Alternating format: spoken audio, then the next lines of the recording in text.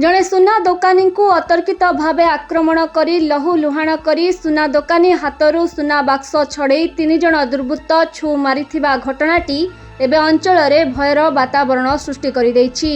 सूचना अनुसार नवरंगपुर जिला रायघर ब्लॉक सदर महकुमा स्थित कोदभटा साहिर सुना व्यवसायी राम डाकुआ सबुदिन भली गतकाली संध्या प्राय 7 घटिका समय निज दुकान बंद करी हाथ सुना बाक्स धरी स्त्री सहित घर को फेरुथिले। घरे पहुंची सामना गेट खोली भितरे प्रवेश करने मात्रे 3 जन दुर्बृत्त उभय स्वामी स्त्री उपरे माड़ी बसी माड़ मारिबा सहित आखि बुझा गुली फुटेई राम हाथरू सुना बाक्स बलपूर्वक छड़े धाई पड़ाइथिले।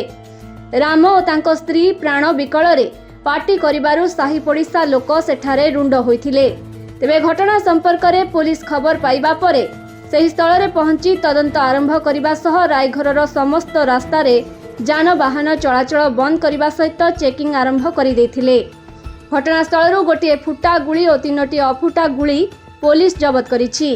राम डाकुआ मुंडरे क्षत होइथिबा बेले रामक स्त्रीर नाक और मुहरु रक्तस्राव हेउथिला।